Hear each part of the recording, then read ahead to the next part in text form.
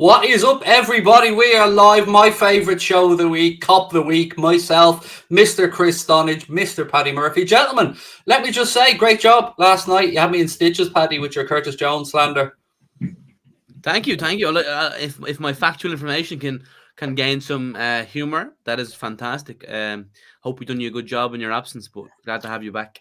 No, it was brilliant. Yeah, no, I was home in time to watch the last 15 minutes or so of it, and I was entertained, so I gather the great people were entertained as well. But look, no sponsor, the plug, Paddy, I loved the sign off last night, mate. I mean, I felt you did justice to that partnership we had with Manscaped.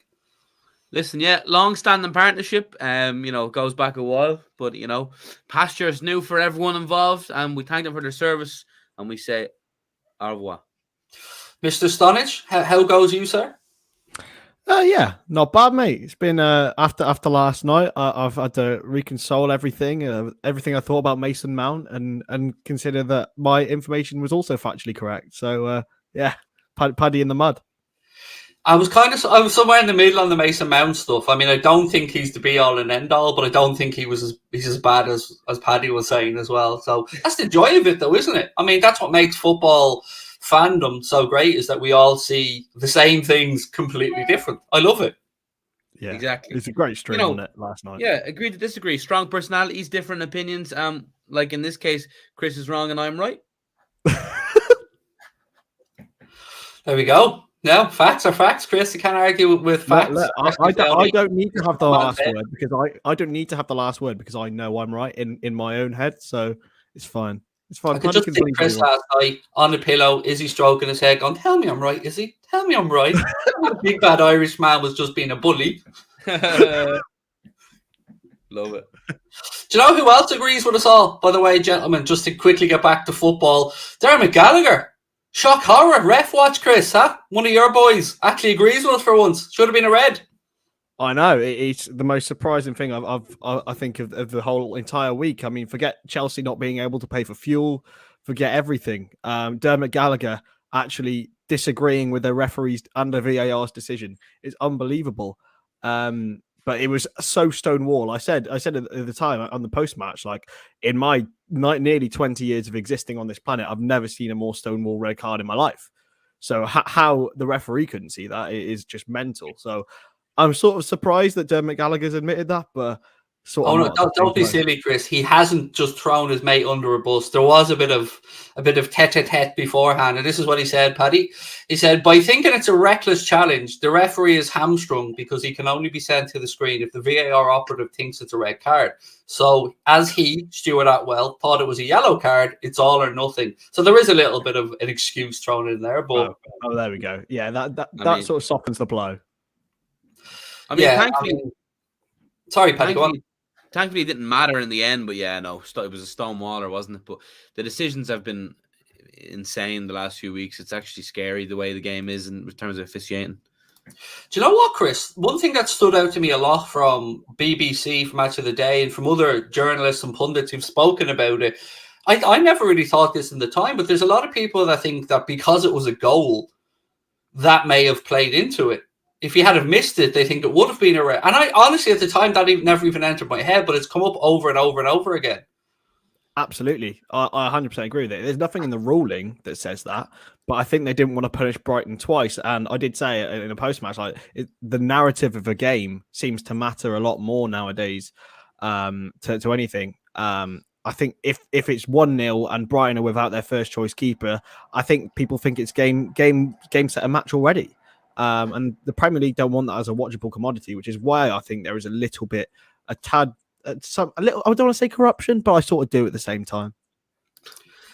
One quick thing on this. I will bring up Salah and the title whenever the fuck I want. It's my show. Sit there like a patient, good little bitch, and it all will come in good time. Less of your lip. And just know that I know about the Salah thing. We'll get to it. We've got 2 stories on Barcelona to get to, my little friend. So just know your place and shut the fuck up. Okay? We good? We good. Yeah, I mean, just because he's here, he thinks Paddy will be better get the story out because he's here. No, we got to make them stew. That's how it works. Welcome to YouTube, my friend.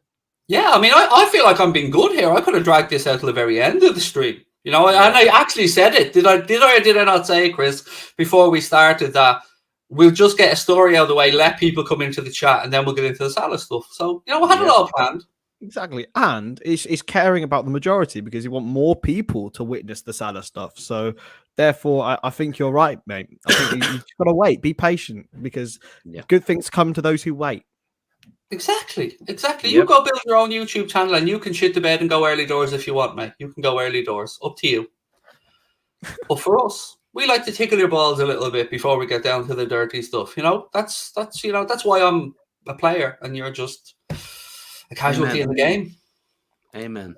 I was going to actually move on to that Barcelona story now, lads, but I feel like we need to talk a little bit more. Chris, I know you love an El Fajajes link. I know you love one. So there's one of them coming up soon. Actually, you know what? I'll be nice to the other people in the chat. Let's go Barca, but not Salah yet. So Liverpool are reportedly waiting to make an offer to sign Barcelona youngster Gavi. Gavi's contract at Barcelona expires in 2023, and the Spanish club are thought to be looking to agree a new deal for the teenager. However, the report adds that Liverpool know they can sign Gavi for £41.8 million with his release clause, before it increases to £83.6 million after June the 30th. And this is from Mundo Deportivo. Now, I would have no issues with us signing Gavi, other than it would probably mean the end of Jude Bellingham. That's the only negative that I can find in this. Now, Chris, as a blue tick merchant, you know, as a verified journalist, Mundo Deportivo? I would say they are semi-reliable, and it depends on which journalist it comes from.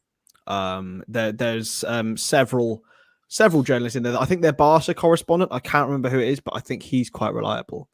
But the rest of them are, questionable to say the least. I don't think Liverpool will get him. I think Gavi's a Barcelona lad. I think Barca see him as their future alongside Pedri. It's like Xavi and Iniesta reborn, except maybe not quite as good. I think he'll stay there, whatever happens. And there'll be links of him going away everywhere, but he's a Barcelona boy at the end of the day. Yeah, I agree with what Chris has to say. Fine footballer, Paddy. I mean, I don't think there's any doubt about that. But what is he, 18 years of age now? And a release clause that will increase to over €100 million. Yeah, there's just certain players that are kind of untouchable, you know. And as you said, like, are just Barcelona born and bred, and you know, we'll use these links and release clauses just to get a better contract at a Barcelona, you know. So yeah, I wouldn't be putting my hat on it too much. But he's a great footballer. But yeah, I reckon he's Barcelona. I'm not bound because he's already there, but destined to stay there forever. He's only 17, is he? Wow. Big Dave said he's only 17. That's it's mad, lads. When I think about this, just from the perspective of these young lads being in these positions at 16, 17, 18 years of age, they're a different breed, aren't they? I mean, I know when I was 16 or 17, Chris put me on a pitch in the new camp and I am going in full-on fetal position in the halfway line, mate, and crying. It's unbelievable, isn't it? I think that they are like, it's the wrong word. I can't say groomed, but in that way, they are. You can get away with saying groomed. I can't. They are taught to feel this pressure. At 16, 17, you look at Harvey Elliott. The man's got like he just looks like he fits in so naturally at such a young age.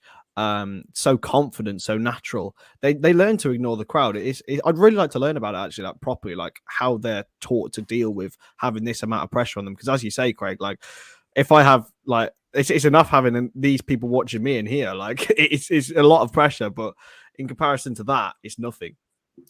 Paddy, as a man who recently, you know, was out there in a 7-1 defeat, middle of the pitch, crowd on your back, how did you react in the moment, sir?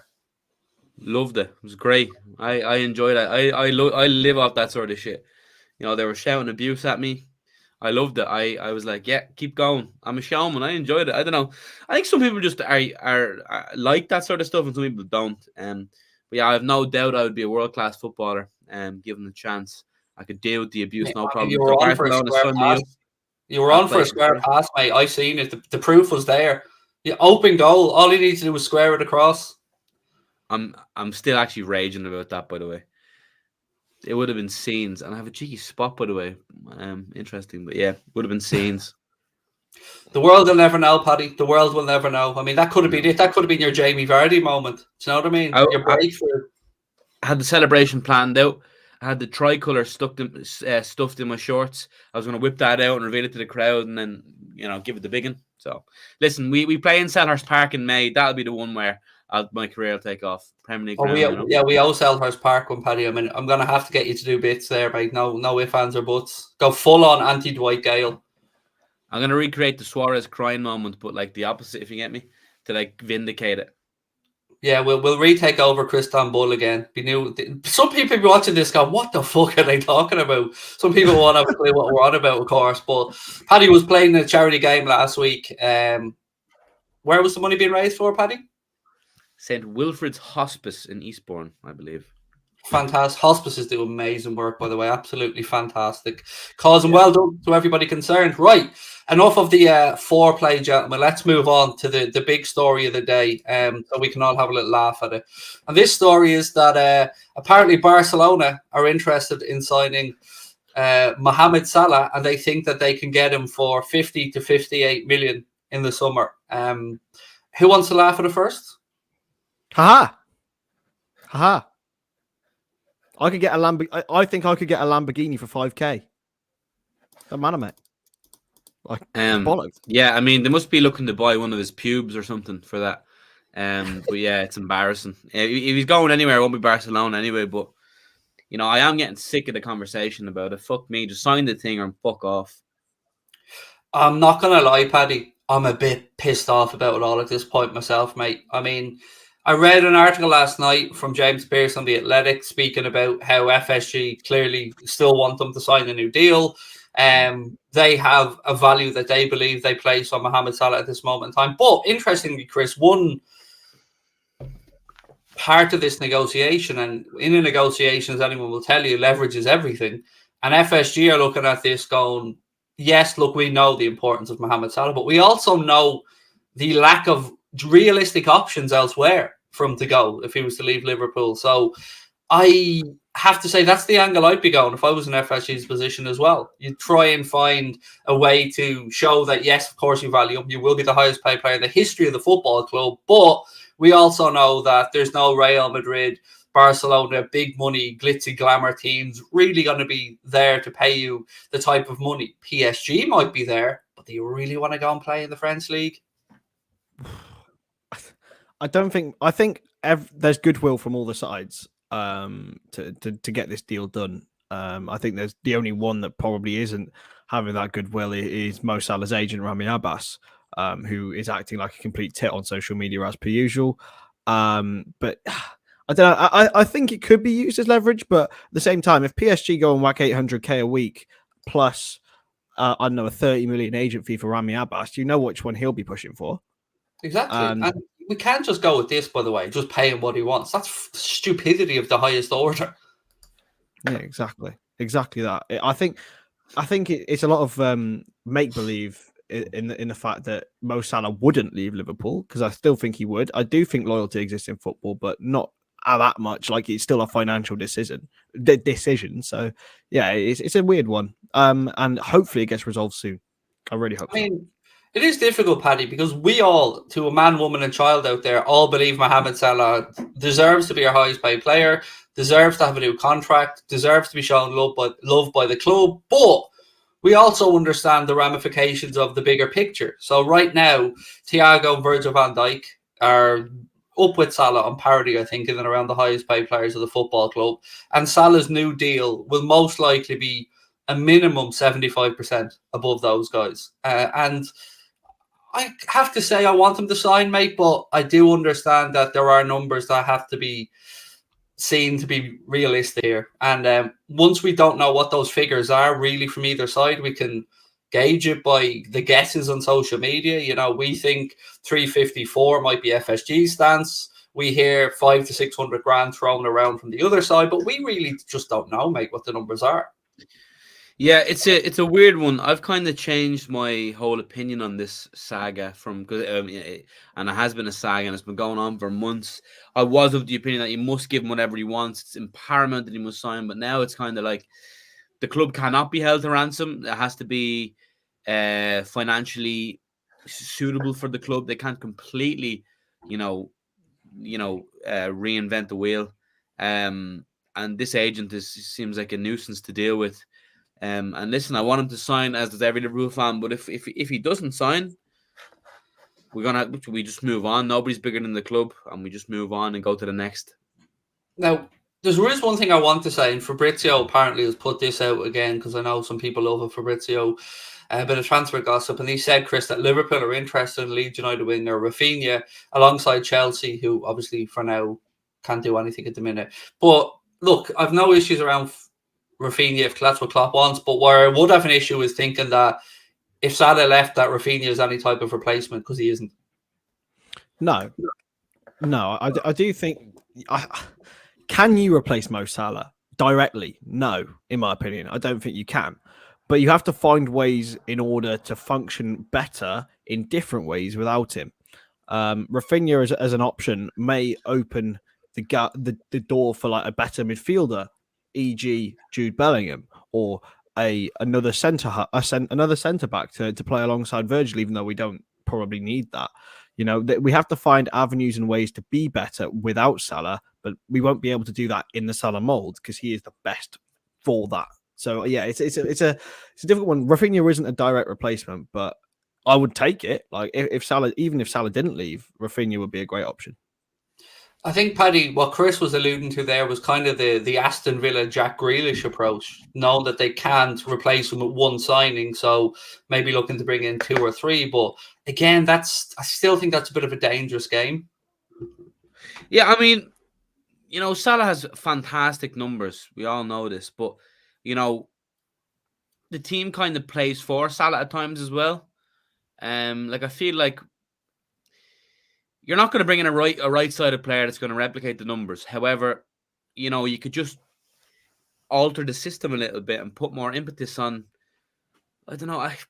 It's a tough one. I can't imagine this Liverpool team without Salah because he's been like ever present in these days. But I have such a bad feeling about this now over the latest tweets. I just think that they're too far apart at this stage. I don't think it's going to be done. I really don't. I've completely changed my opinion on it now. I was of the opinion that it will be done, but now I'm genuinely thinking it won't be done, and I'm wondering where we go, who we get, and what we do. Let's not forget, though. Sorry, Craig. Let's not forget that Liverpool aren't exactly short of goals, even without Mohamed Salah. I think it's his overall contribution which we would miss the most, because we've still got the two second and third top scorers in the Premier League without him. But yeah, it's a really tough one. I'm sort of edging towards Paddy in the sort of thinking it's not going to get done because they are far apart. Even though I was so convinced about 2 or 3 weeks ago that it would get done, I don't know. It's so tough, man. I was going to say similar to you, Chris. I'm starting to prepare psychologically for if it can't be agreed, because realistically, we're now in March. If it's not done by the end of the season, we're into 1 year to go then, and we're into the club having to start making quick calculations about, because can anybody see a situation where we let him go for free? Can anyone see that happening? Because I think it would be stupidity. Yeah, no, it would just be stupidity. I'm trying to make a counter argument of getting another season out of him heading for 31 then in the June before he signs for another club. I don't know. I think you'd have to sell it if he doesn't sign. If he wants to be sold, by the way, because it's still in his own hands. Yeah, 100%. But what I'm worrying about is if this keeps rumbling on and that agent keeps tweeting shit, I worry if there's ever a thing where we start to resent Salah. I don't think it would ever be a fan-wide thing, but we start getting pissy, we start getting angry with him. You know what I mean? Yeah, no, I get where you're coming from. I don't think that's the case, but I do think that I don't think the club will have any bad feeling towards Salah, and I hope the fan base won't, because he deserves better. But it is also a valid point that his agent is not making this any better. He's only worsening any perceived tensions between Salah and the club. Yeah, I honestly, I cannot believe that Mo Salah sanctioned that tweet. You can't surely. I don't know what the chat thinks, but surely Mo Salah didn't say okay to him putting about 12 laughing emojis on his Twitter account. Yeah, but that's the thing, though. I don't think Salah would have a say in it, though. You know what I mean? As much as you'd like to think so, I'm sure Salah would be like, "No, don't." I'm sure Salah doesn't like that shit. Or then again, maybe he does because he wants to maybe echo his unhappiness with the situation, but wants to do it through that medium. So maybe he is involved with it. Who knows? I don't know. What annoys me about it, Chris, is that not only is it Rami Abbas being a shithouse, but he's been a shithouse in response to our manager who's only ever been thoroughly professional and sung Mo's praises and spoke about there being no stress. You know, everyone wants Mo to stay. The club love Mo. I mean, I just don't think he deserved that type of response. No, absolutely not. And it's very unlike Jurgen to address a contract situation like this publicly, but obviously it's because it's the biggest player in this club in profile at the moment. It's disrespectful. He's behaving so unprofessionally, but look, that's down to that man himself. And honestly, I think he would be the main instigator in Salah leaving. I still don't think he wants a deal to be signed unless he's getting a huge chunk of it. There is that part of it as well, Paddy, that, you know, even if Rami Abbas is thinking about getting Salah to sign on at Liverpool, I mean, from human nature, mate, if he was going to make, and I'm just throwing a random number out there, 5 mil, let's say, from signing Salah onto a new deal at Liverpool, but if he made 12, 13 mil moving Salah on, because I don't know Rami Abbas at all, other than he's a solicitor and he acts on legal matters for Mo, but I don't know what opportunities he may have down the line to make this type of money either, because I don't know what a stable looks like of talent, if there is any, or if Mo Salah is his literal golden ticket. Yeah, you know, listen, yeah, there is an element to that, of course, but I feel like deep down, Mohamed Salah wants to stay at Liverpool. Like, there's no other club in the world where it makes sense for him to go right now. Liverpool are in their pump, you know, they are as good as we'll ever be, not will ever be, as good as we'll be for a while. Like, I mean, we are in the great moment. There's no reason for him to leave, so I reckon he'll want the deal done, but it just worries me how far we are apart. I've seen rumors that we've offered him 280k, and so that's a somewhat £100,000 discrepancy. So, listen, I'm annoyed. It's annoying me that my mind is going to this place, but I'm already preparing for life without Salah after this season, or not this. You know what I mean? But we can't let him go for free no matter what. So we could be seeing him gone in the summer, which it pains me to say. Yeah, I mean, when you just think of what's on the table here, Chris, for, you know, Mohamed Salah speaks about, obviously, respect correctly, speaks about legacy, speaks about wanting to win things, achieve trophies. I mean, he is set up, mate, to potentially finish his time at Liverpool if he signs on another deal as being one of the greatest players in a club with an illustrious history of great players. And he could be right up there with the Steven Gerrards, the Kenny Dalglishes, the Graham Souness's of this world. And that's, you know, we opposition fans may mock and laugh at that, but like, players, they get something special when they play and they're idolised by the cop, mate. It is a special, special bond. I have no idea. In terms of the ambition thing, I mean, we're still in 3 competitions. We're challenging heavily for the Premier League title.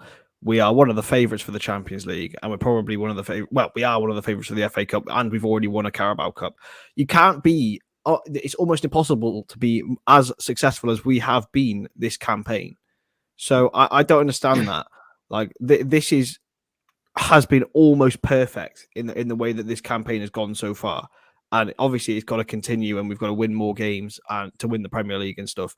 But there's so much potential in this side to go on and do this regularly, make this a regular thing. Like we'll still be in 3 competitions every season at this stage, because it's so. This squad is probably at its peak that it's ever been at now, in my opinion, in terms of depth. So I don't quite understand that, and I think if he looks anywhere else, he won't see anything better than what he has at Liverpool right now. The worst part of it all, gents, and I think Paddy alluded to this earlier on, is that we're all in this horrible position right now where we idolize this player, love the man to bits, but we also don't want the club to be held to ransom over a wage. So I guess it's trying to strike that balance between what reflects his stature in world football and what the club can afford versus what Mane might ask for, what Firmino might ask for, and what Diogo Jota or Luis Diaz might ask for when their first negotiation comes around. Because they've come into the club, and usually we bring players in, they get incentivized contracts, are told if they do well that'll be reflected. So they have their contracts to renew as well coming down the line. Yeah, I mean, I can see numbers bandied around in the chat, and I think if I'm reading the chat and you guys fairly, I think as fans we're all kind of around the 350 mark. I'd probably push the 400 max. Yeah, 350 maybe with some bonuses or incentives there for and that would make him. Wouldn't that make him the highest paid player in the Premier League? No, one of, apart from Ronaldo. I think I read an article the other day that was comparing wages around. I think who was it? Is it Kevin De Bruyne? He is on 350, I think. Yeah, I did. I'll Google it now. De Bruyne must be on about 400 at Man City on his new deal. Grealish is on 300 grand a week and he's only in the door at Manchester City. Yeah, so annual salary, Ronaldo's is 26. De Bruyne's is 20. I don't know what that is every week, but 400 grand, give or take. It's just under 380. Jadon Sancho's on 18 million a year. Just under 9 million, 18 million a year. 20 grand is a million, so 360 grand for Sancho, give or take. And the first one that we have on that list is Virgil, who's on 11 million a year. That's mental. That's 200 G's a week, give or take, 220, something around that. So people like Cavani, John Stones, Timo Werner, Sterling, Grealish, Lukaku, Varane, Sancho, De Gea are all getting paid more than Salah, Van Dijk, and Thiago. That's mental. But there is a caveat to all of that. Every one of those clubs that you listed are either oil-backed or are Manchester United, who, let's be honest, are in a different league when it comes to generating revenue. True. Even Thomas Partey's getting paid more than Mo Salah, though. Well, I can't make a defense. There's no case for the defense there. I can't put it up. But that's what he's on now. But whatever Salah gets, even at the lower fee, would probably surpass Thomas Partey. Yeah, I think he'd probably go up. What if Salah gets 350 a week? He'd probably go up to 4th or 5th in that list. Which, I mean, if you look at it in that way, me, Chris. Have we not heard though over the past month or two that he is the 4th or 5th paid highest footballer in the world? I'm sure. I know this will probably take into account merchandise and promotional stuff and all this. Yeah, but so is he not already reflected in the high bracket? So if he got another bump of 150 grand a week from Liverpool or whatever, would that not then push him further up in the rankings? Because look, we as fans sit here and think, okay, Mohamed Salah would have this contract, but we can't ignore, and the club can't ignore, that part of the reason that Mohamed Salah has this contract and this contract and this contract is the success that we've had as a football club, which of course he's played a part in, but he hasn't been the sole part of. Is that fair? Yeah, I would say so. And don't forget bonuses as well. Like, I'm sure he'll get a fat bonus. Big up Paddy. Cheers, Paddy. Appreciate that, my man. I'm glad I pronounced that right as well. I was going to say Powdy. No, you're right with Paddy. I was. Happy days. Is it an Irish name? Yes. Oh, get in. See, I do like Ireland. I would say it's probably a nickname more than a name. Yeah. I've never heard it before in my life, so I'm gassed about that. But yeah, I mean, even Saul's getting paid nearly as much as Mo is. Good old Saul. At Chelsea, though, again. Yeah. Exactly that. I mean, do we want to fall into the trap? Do we want to fall into the trap though of giving these players all of this, and ending up like Arsenal? I mean, Aubameyang, Özil fell off a little bit after they had their fat contracts given to them. I know Salah's a lot different, but I think it's difficult if we go into it, we have to make sure we really give the right players that money. Can I say something a little bit controversial? And it's my genuine feeling. It's my genuine feeling about all this. So let me caveat what I'm going to say by this is just one man's opinion. But I read a lot of comments on the Echo, the Athletic, and many other fan forums and good sites out there. And what I'm getting is the Mohamed Salah fanboys are being very disrespectful. Because if anybody dares make any argument for the club's stance whatsoever, they're either a racist or they hate Mohamed Salah or, various other reasons that have nothing to do with football. And I fucking despair at this. It annoys me because they immediately go straight for the worst case scenario, and they can't gather that this seems to be a very nuanced conversation involving lots of moving parts. And again, I feel bad saying this, but this is what I've genuinely found. This is what I found reading these forums, that there are some people that pop up over and over and over again with the same recycled arguments, and they won't listen to any reason other than pay him whatever he wants, or you're absolutely disrespecting him. You'll regret this, and he'll fuck off elsewhere, and then you'll go another 30 years without winning any trophies. Like he was the only reason we won trophies. It was working both ways. We benefited Mohamed Salah. We benefit Mohamed Salah, and absolutely Mohamed Salah benefits us, and we're very lucky to have him. That's where I feel, but I hate this little sidetrack of disrespect. I don't see the need for it.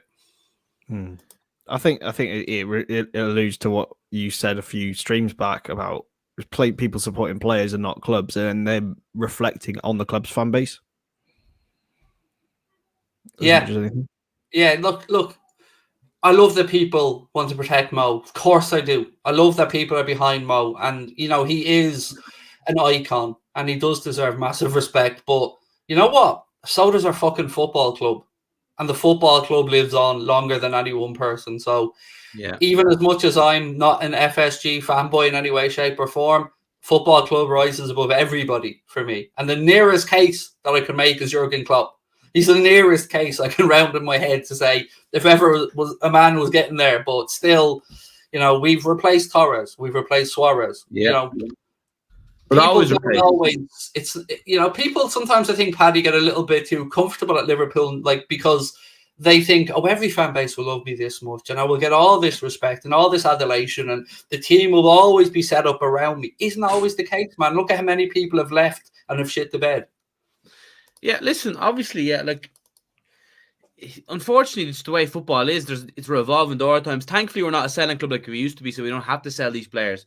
But we're a business, we're an institution. We can't be, messed with and fucked around. And as much as we love the man and all this, thank him for what he's done, we can't be held ransom. And if he does leave, we'll move on and we'll be fine. He'll miss us more than we'll miss him. So if he ever wants to push through and move, go ahead. I don't see how anyone's a victim in this, by the way. That word's mate. There. Sorry, mate. No, not having it. If I was a victim getting paid 10 million quid a year, I'll take that. I know. having everybody singing your name, everybody loving you. There's plenty of scenarios we could show you where that isn't the case. I mean, if anything, if I was to say that there is somebody at the football club right now who has a case for being pissed off, I think it's Sadio Mane. That's my take on this, because he seems to be just pushed out in the cold altogether. Yeah. I don't know. I'm sure it'll be being worked on behind the scenes, but I think it's just Salah's taking all the headlines. I'm about to become a surrogate here to the boss. Of course I will, mate. Now, full disclosure, I'll have to have your baby. Can't be the other way around because I've had the snip. So, absolutely, mate. No problem. We'll discuss surrogacy fees. But yeah, thank you, the boss. Bruce Springsteen, big fan. You want some check on that? I don't know if that was bait there from that guy about Mohamed Salah being the victim or whatever, because we just spoke about that and maybe he was trying to get it. But I don't actually think it was, because that's kind of the recurrent theme I've seen. Exactly that. I do think that he's getting underpaid, but to say he's a victim is a little bit just ridiculous. Like, what? I mean, let me put it this way. The situation with Ousmane Dembele at Barcelona, I would make a case for Ousmane Dembele being the victim of very pressurized tactics from the club to try and get him out the door in that January market. If he had a case to be aggrieved, because some of the shit Barca were saying was disgusting, quite frankly. So He is. I think He is a proper sick note, though. Like, you know, I'd love to get him out. but they're You know what I loving mean? him now. Javi's licking his hole now, Paddy. Have you not seen the comments coming out recently about Ousmane Dembele? It's a lot different. I mean, when he's on it, he's on it. Well, he's an absolutely fantastic footballer. Like Thomas Tuchel said, he's probably one of the most gifted players he's ever seen or worked with. So he's class. But yeah, I just don't think he can overcome those injuries, unfortunately, for him. I want to just reply to Gabe. So, mate, look, it's a very nuanced situation, of course, and I don't just have a blank hatred of FSG. I see the good things they've done. I'll always acknowledge them. I'm grateful the club is in a safe position, but that Super League thing, man, that was it. That was it for me. That was my whole life of watching football. Liverpool's entire history, everything the club stand for, everything that our football stands for from a European perspective, being sold down the river for money. And it was done in a way that there wasn't even a conversation to be had. It was done quietly behind everybody's back. And that to me was unforgivable. So again, they have done and will do good things. They are by far from the worst owners, don't get me wrong, but that hurt me personally more than I can ever say when that came about, because that was it for me. That was football dead if that happened. So I can't forgive that. But I'm not pig-headed enough to just sit here and go, main stand isn't brilliant. Any road end's going to be brilliant. Training ground's brilliant. Squad we have is brilliant. Manager we have is brilliant. Club is financially on a stable footing. Loads of positives. And I will always acknowledge them. But that cut deep, man. That cut deep, that Super League stuff for me. I think everything on social media these days, you either have to be black or white. And it's always a grey area situation. With that, and I think it's the same with Mo's thing that's going on. Like everything, as you said, Craig, it's nuanced. There's so many different variables and moving parts that are moving at different times in different ways, and people move it for their own agendas. At the end of the day, it doesn't matter whether the FSG in, FSG out. I'm sort of FSG middle. I don't really mind what goes on. They've done a lot of bad things. I think the £77 ticket was awful. The European Super League stuff, as you mentioned, mental. I still don't think they've backed Jurgen as much as they should have done. But at the same time, as you mentioned, the infrastructure of Liverpool from a footballing context. Exactly. But then the infrastructure that they've put in the club has made sure that it's going to be sustainable for years and years to come at the top. So look, it doesn't mean either way. Like, it doesn't matter. You don't have to be on either side of the conversation. You can be in the middle. It is allowed. Absolutely. And that's, I think, plays into this whole side as well about Salah, because I don't like to use the word propaganda here, but there are one side of this, and it seems to be that Remy Abbas is running to Fabrizio Romano at the minute, trying to get his side of it out. And then we see stuff coming in the Athletic and other sources speaking about an FSG favourable side, where they say they want to make him the highest paid player. There's goodwill at the club, but ... So yeah, look, it's a moving thing. Let me just move on to another transfer we've spoken about a little bit before, lads. And that's Yuri Tielemans. So according to Chris's favourite, Fajajes, we must learn how to pronounce that, by the way, Chris. It'd be nice to get it right for once, wouldn't it? They're Spanish, aren't they? I'm pretty sure they're Spanish. Paddy, you're pretty good with the old accents, but buddy, give us a go with the old Fajajes there. Fajajes. The way you have it is right. Fajajes. J is pronounced like J in Spanish is a jota, which is pronounced like a H, so it's Fajajes. Who knew, lads? You know what I mean? International correspondence galore. So Real Madrid have joined the race. If any Spanish speakers are in the chat, they can correct me, but I'm pretty sure it's Fajajes. Perfect. We love it. So Real Madrid have apparently joined the race. Okay, I've got a correction here. According to Chris is challenging. According to forvo.com, which is a pronunciation site, is Fichajes. Which that would make, I mean, I can see that. I have no idea. Still has that J Paddy speaking about in that pronunciation, but it was just the CH was a little bit different before. There you go. I think it makes difference Spanish and Portuguese. But anyway, sorry, Craig. Continue. Fichajes.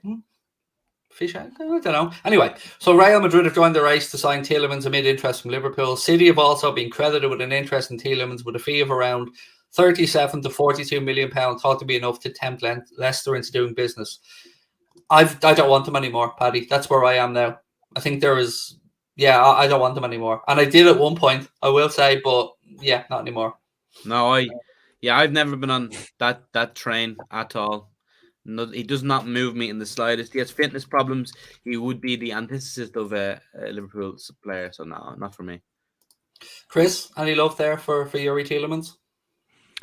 If Naby left, I would be all over that, but I don't think Naby will leave. I think he'll sign a deal.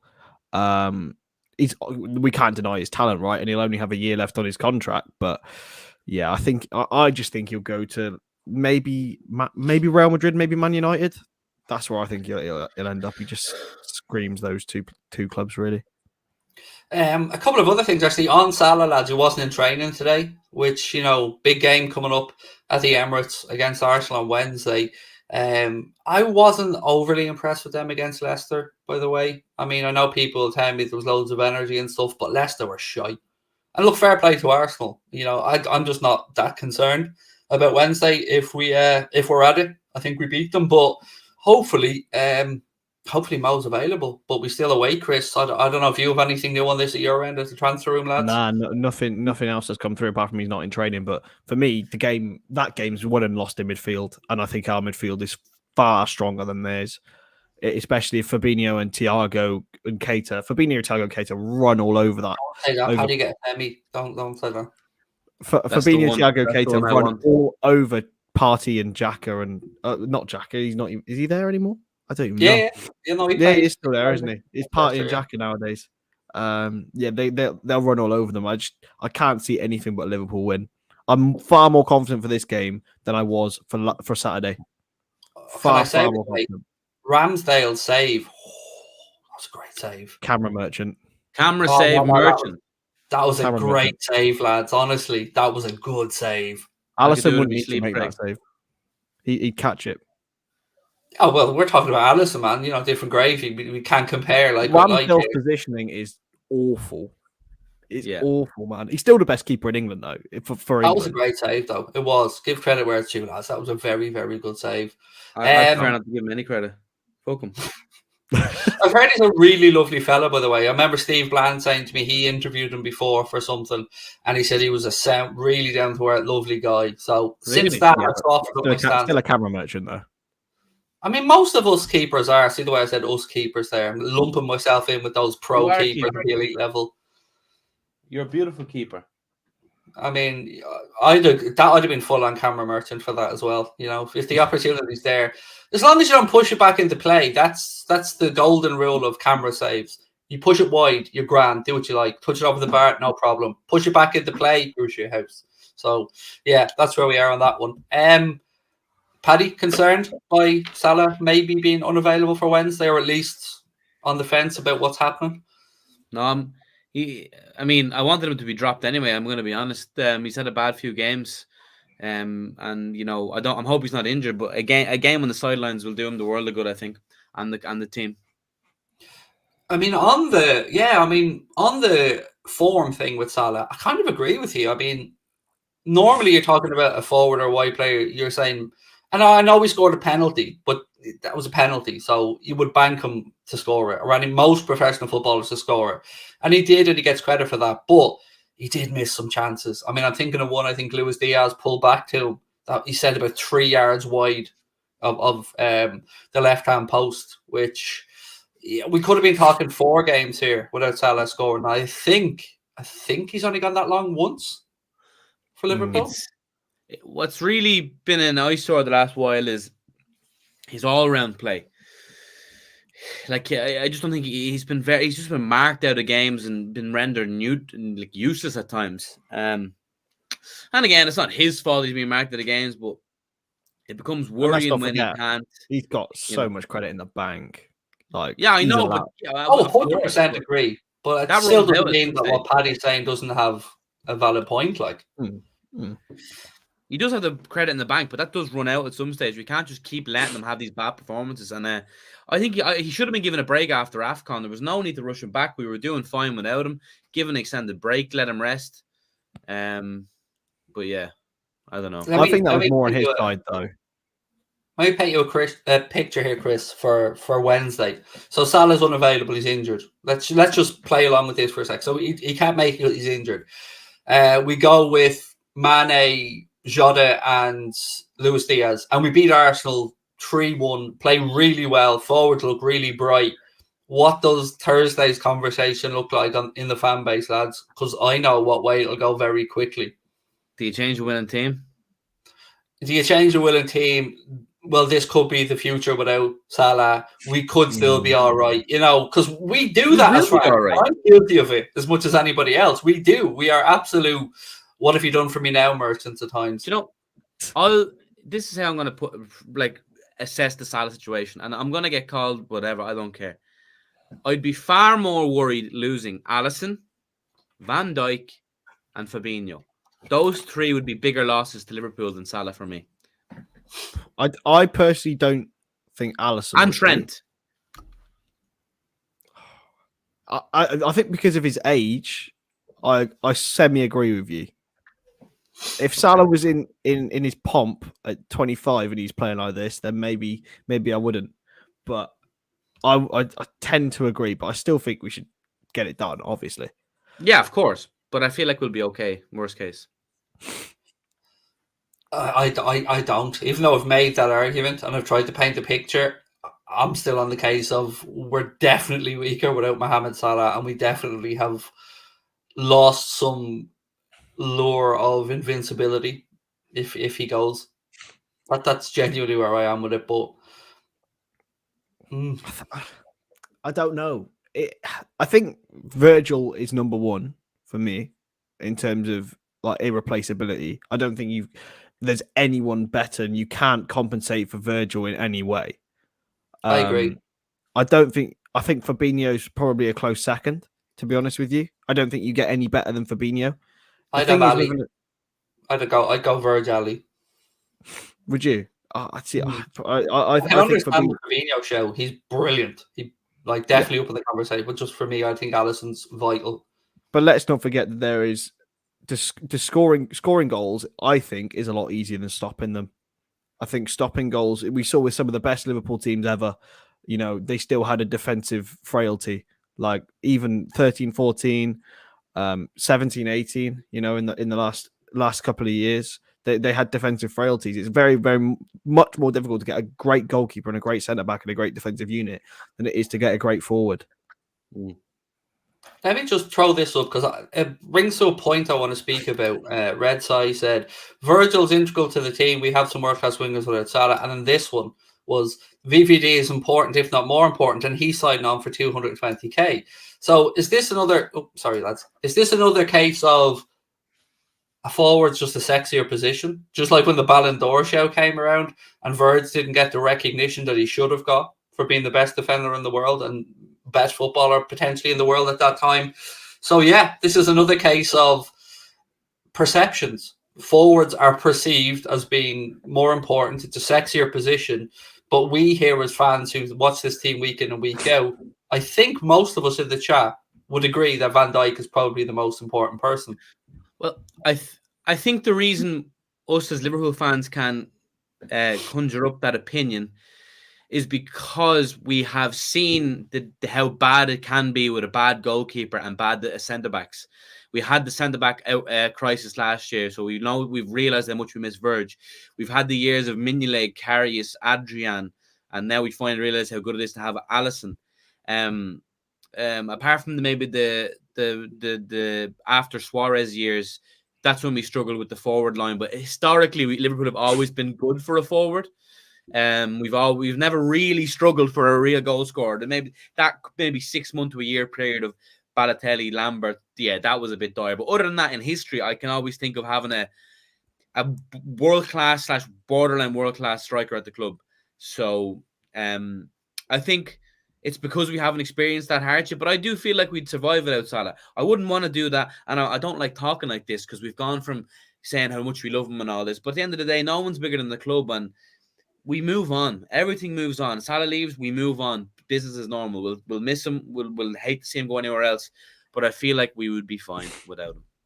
Yeah, we're still going to have this, no matter what happens, Chris. If Salah signs on, we're still going to have this conversation in 4 years' time when he's moving on again, when he's finishing up, or when a potential new contract will come to an end. The club will still have to move on. So the owners just have to plan for succession now and in 4 years and figure out which one they need to do.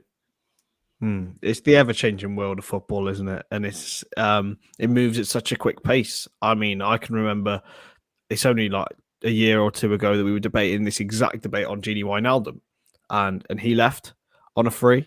Obviously not as important as Mo Salah is, but you know it's still a massive debate, and people move on, and people move on quickly. And I think that's what will happen after Salah, and we have to maintain perspective whilst all of this is going on. That Liverpool is bigger than Mohamed Salah. No one is bigger than the club. Right, lads, to finish up, one little subject I've left to last. Again, love to see the response in the chat on this as well. I've got my own opinion on it that I'll give you guys as soon as I read this out, and it's not opinion that I'm proud of, but let me just put it out there. So 5 substitutions are back on the Premier League's agenda and could come into play next season. Top flight clubs have been told to expect a vote at June's annual general meeting with a captain's call on the matter scheduled for Tuesday. That report comes from the Daily Mail. I don't like 5 substitutions because I'm a gambler. That's why I don't like them. Full disclosure, cards on the table, because it means that your forward that you've put money on to score could be substituted more readily with 5 substitutions. Cards on the table, that's why I don't like it. Other than that, I can understand every argument about this maybe being the best way to resolve the player welfare versus increased games conversation. So from a manager's perspective, I get it. From somebody who likes a punt, I'm a scumbag. From the POV of a Big Six fan, I'm all for it. But because we have the Arsenal on the bench to impact the game when we're down. So I think it only benefits big clubs like Liverpool and City, Chelsea, Arsenal, Spurs. You know, I think it benefits the big clubs. However, Leaves out United. Yeah. However, I feel like the shitter teams like the Evertons and the Uniteds are going to be against the 5 sub rule because they don't have the Arsenal on the bench to impact the game. But I think it is a must. I agree with Klopp on this. Oh Jesus, what the fuck? Well, we all hail Daddy Jurgen, so yeah, five subs is for me. And Chris, what about yourself? Do you agree with Paddy? I mean, I do think it's a good compromise for the player welfare, but is it taking too much momentum out of a game if you change 5 players? I think you have to maintain the 3 block rule that they had at the time, so you can't like make 5 separate substitutions. You have to make like 2, 2 and 1, or 3 and 2, or stuff like that. But honestly, I don't think it only benefits the big clubs. I think it benefits the smaller clubs as well. They can maintain fitness of their small squads. Yes, they may not have the same firepower coming off the bench, but they should be able to cope with it anyway. And it helps bring through younger players more as well. I mean, you can utilize, like, we could bring on Tyler Morton for the last 10 minutes of a game if we're winning 4-0, for example. Give him that experience. Like, and it's the same for a Burnley, it's the same for a Leeds or whatever. You know, teams who are fighting down there, they can give moments to young players who they wouldn't usually have chance to do that. I think it's a no-brainer, to be honest with you, especially with all these new fixtures coming in. Actually, another good point on that, Chris, of the younger players, I suppose, is even if they don't get on the pitch that day, they're in and around the first team match day squad. They know what it feels like to arrive at the ground and do all that stuff with the first team players. So even for that, it's a positive.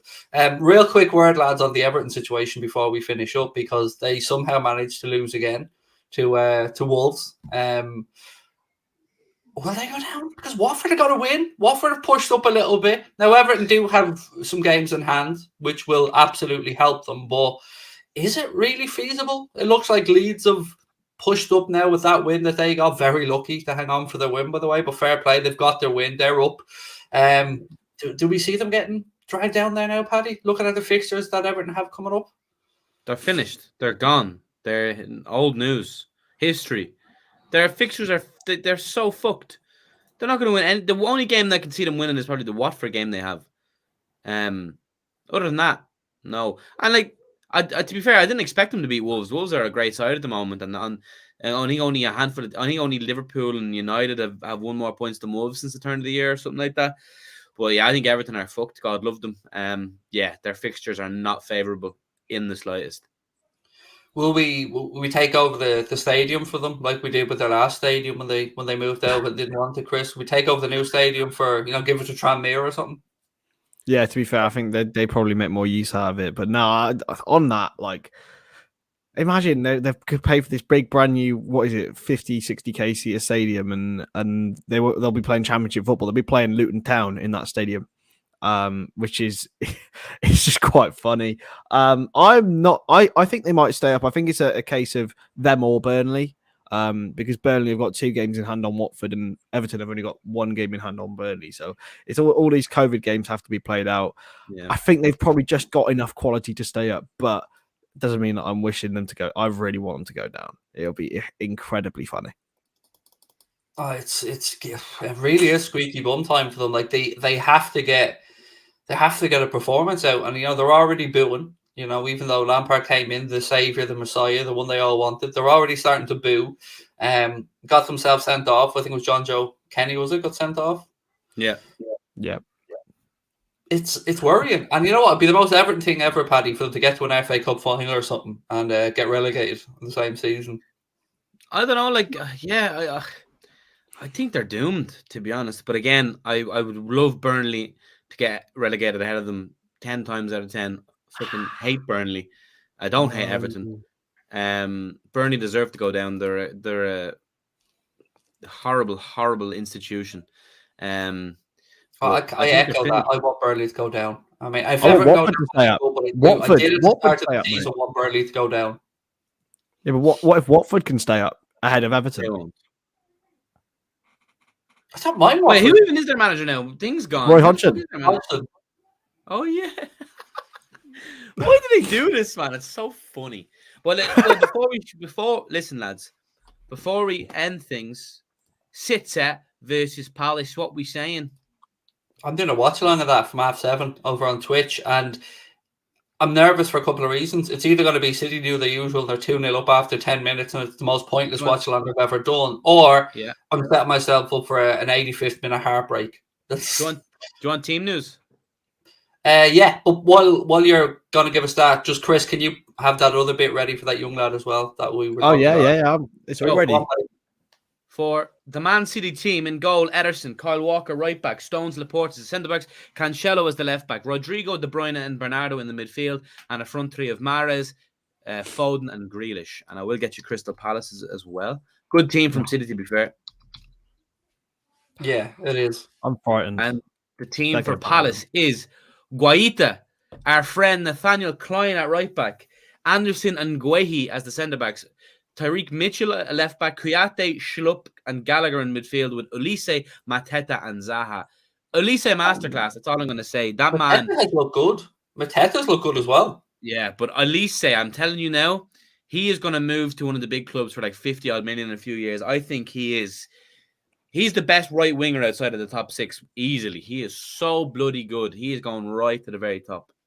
So prediction on Paddy? Huh? Prediction? Crystal Palace 2, Man City 1. Liverpool to close the gap on Wednesday to 0. I'll be back. I'll be back on at 10 o'clock if that happened, mate. Top moves out. Can you imagine? That means Liverpool go top on Wednesday. Oh, like outright top. Oh my god! If we win. When we win, Chris. When we win. Is it? I do think we'll win. I do think we will win, but yeah, I think City will win. It's in Shedhurst. I get to play there in May. So come on, start the vibes off. City will win 3 or 4-0. I'm not buying it. You're such a prick, Chris. You can't even let me have a moment of fat delusion.